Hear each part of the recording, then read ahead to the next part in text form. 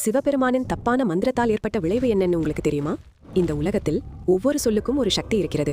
அந்த சக்தியை சரியாக பயன்படுத்தினால் அது உயிரை காப்பாற்றும். ஆனால் தவறாக பயன்படுத்தினால் அதே சக்தி அழிவை உருவாக்கும். ஒரு காலத்தில் கைலாய மலையில் ஆழ்ந்த தியானத்தில் இருந்தார். அவரது அருகிலுள்ள காட்டில் ஒரு பாவமற்ற மான் அமைதியாக வாழ்ந்து கொண்டிருந்தது.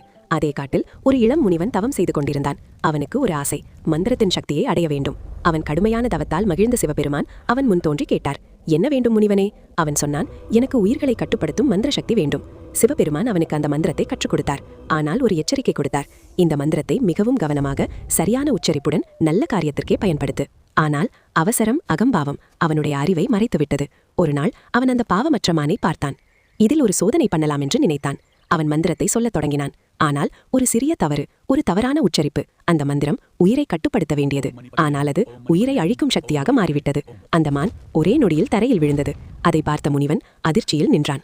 நான் என்ன செய்தேன் என்று தலையை பிடித்தான். அவனுடனே சிவபெருமானை அழைத்தான். சிவபெருமான் தோன்றி சொன்னார், மந்திரம் என்பது வெறும் சொல்லல்ல, அது சக்தி. அந்த சக்தியை தவறாக பயன்படுத்தினால் அதற்கான விளைவு கடுமையாக இருக்கும். அந்த முனிவன் தனது தவறை உணர்ந்தான், மன்னிப்பு கேட்டான். அந்த நாள் முதல் அவன் தனது வாழ்க்கையை நல்ல செயல்களுக்கு அர்ப்பணித்தான். இந்த கதை நமக்கு சொல்லுவது என்ன தெரியுமா? அறிவு இருந்தாலும் அதை சரியாக பயன்படுத்தும் பொறுப்பு முக்கியம்.